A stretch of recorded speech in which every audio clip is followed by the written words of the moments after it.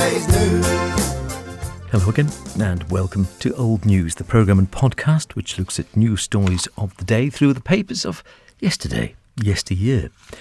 School dinners this week, something that's been in the news again quite recently, a shake-up of primary school meals, in essence making them healthier, getting rid of desserts or at least cutting down on them, offering more fruit and milk and cutting down on ultra-processed food, which made me scrabble back into the files of the papers to see how school dinners had fared over the years. Suffice to say, there's been quite a change, but oft in the news stream. But unlike today, you go back 100 years or more and you find things were quite different. I take you to the Mona's Herald of October the 14th, 1885, a Wednesday. Penny dinners for school children is the article. We publish in another column a letter from the chairman of the Douglas School Committee giving an interesting account of the work of the Penny Dinners Committee during last winter, together with a statement of receipts and disbursements in connection with the movement. We always sympathised warmly with this effort to supply the bodies of hungry urchins who couldn't otherwise procure it with good, hearty, substantial meal before endeavouring to cram their heads with mental nourishment. Great language. However questionable it may be whether the mens sana is always most likely to be discovered in the corpore sano, there can, we apprehend, be little doubt that a fairly well-nourished body is absolutely indispensable to the existence of any active capacity for schoolwork. That turns out to be absolutely correct. There is a direct correlation between being well-fed and being able to work and learn. The public, the article goes on, will probably learn with equal surprise and satisfaction the startlingly trifling cost at which an enormous number of dinners have been supplied. During the period for which the dinners were continued, namely from the 5th of January to the 21st of May, 9,767 dinners were given, and the total expense did not exceed, wait for it, £50. Bearing in mind that now we're talking about £2.50, I think it is, per dinner or thereabouts. The article goes on.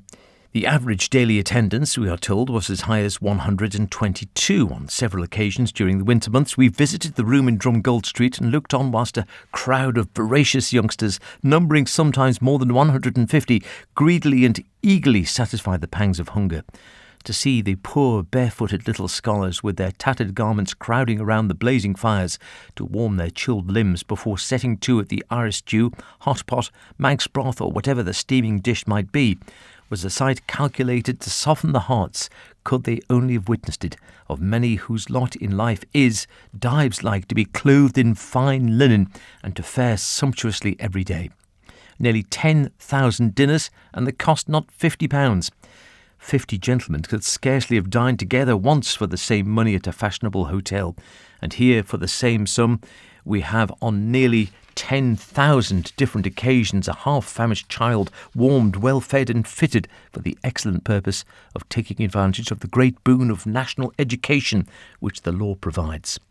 The obverse of the medal, however, now calls for inspection. Notwithstanding the smallness of the above-mentioned outlay, funds have not been forthcoming to meet it, and the account now published shows it is deplorable to have to state a deficiency of no less than £23, 9 shillings and 7pence.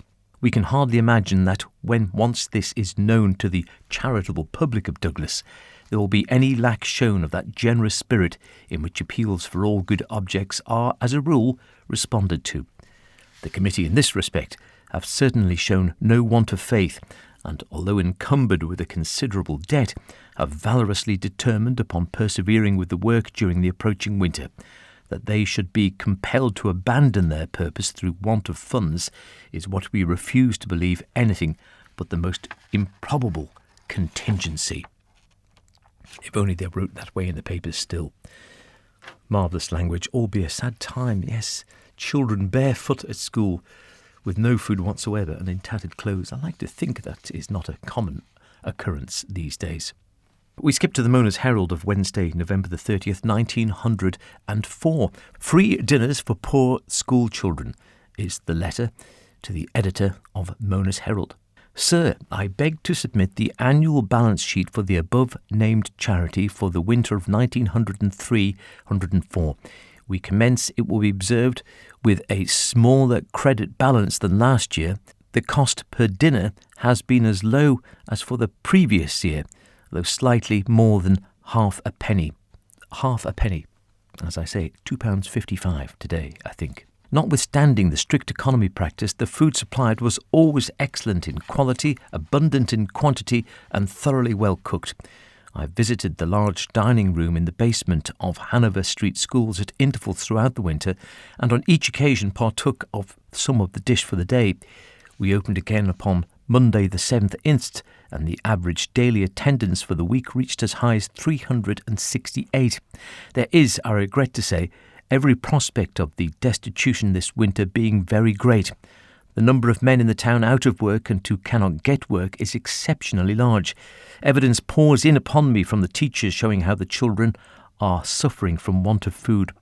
One teacher tells me of a case where the mother of an absent child came to the school weeping to say her child could not come to school as it had had no breakfast, and that her husband was walking the streets of Liverpool looking in vain for work. This story was investigated and found only too true, and the teacher assures me it is typical of a large number of cases in his own school. Here is an extract from a letter lying before me, written by the headmistress of an infant school to Mr. Quayle, the attendance officer. It's dated the 15th of November 1904. I have given dinner tickets to A and M this morning. Their mother came to see me and said their father has no work. She said you know her. She seems a deserving kind of woman, and the children are always kept nice and clean. As they have no breakfast this morning, I have sent them down at once. The following is a note to the teacher for another school from a mother excusing the child's absence. Will you please excuse Nellie for being absent from school, as she has no boots and we have no food in the house, her father being a good many weeks out of work, and I have 7 little children. I was before the committee last night for her. I wish you would give her a dinner ticket, as I have no food in the house.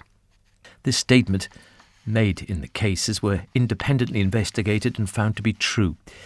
The article goes on, I wish the public, to whom I appeal, to understand that no child is eligible for the dinners unless named in a list supplied by the head teacher of the school which the child attends. The list is closely examined by the attendance officer, who, from his position, is necessarily more or less acquainted with all the children and their homes. He weeds out all those who there is good reason to believe could be provided with dinner at home, and the remainder alone are entitled to receive dinner tickets from the teachers. This list is watched from week to week, and children are struck off or put on according to change of circumstances. I do not say that we are not sometimes imposed upon for a brief period in isolated cases, but I do say that the risk of imposition is reduced to a minimum, and I know of no charity which suffers from less. Still very hard times indeed on that point, and really giving you a feel of just how poor parts of Lower Douglas and Central Douglas were 100 and 120 and more years ago. We'll skip quite a bit forward now to 1945, the Isle of Man Times, Saturday, July the 28th, and an advert. The Isle of Man Education Authority required early in September, beginning of the new term of course, a cook general to provide midday dinner for 40 to 50 school children at Castletown Victoria Road School. Apply by letter not later than the 4th of August to the Director of Education, the Education Office, Strand Street in Douglas. The salary, for what I assume would be at least a 40-hour week, £19.45 as a school cook, £2 a week. I don't think anyone would work for £2 an hour these days, would they? I don't think they'd work for £2 for half an hour. 1956 in the Isle of Man Times, Friday, July the 27th, 1956. Milk supply at secondary schools to go on, we read.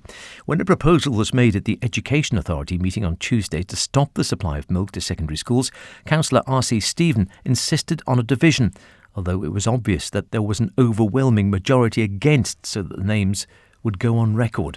The matter arose when the annual report of the Principal School Medical Officer was being considered.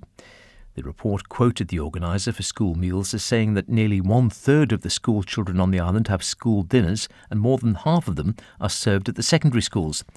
In view, therefore, of the high proportion of children who are receiving a good, balanced midday meal in the secondary schools, it is debatable whether there is much to be gained by also providing milk in these schools. Mr. Eve Stowell quoted this part of the report and then proposed that the supply be stopped. Mr. T.H. Kiswick seconded. Councillor Stevens said the authority should not make a snap decision on the question. The report had said only it was debatable. Mr. Williamson vigorously opposed the proposal, saying those children who had to start out from their homes at an early hour would need the milk. It would be too long a stretch for them to the midday meal. Mr. J.E. Quirk said the report also indicated that children at the age of 15 were showing increasingly good health. It could be that the milk supplied over the years before they reached that age contributed to that state of health.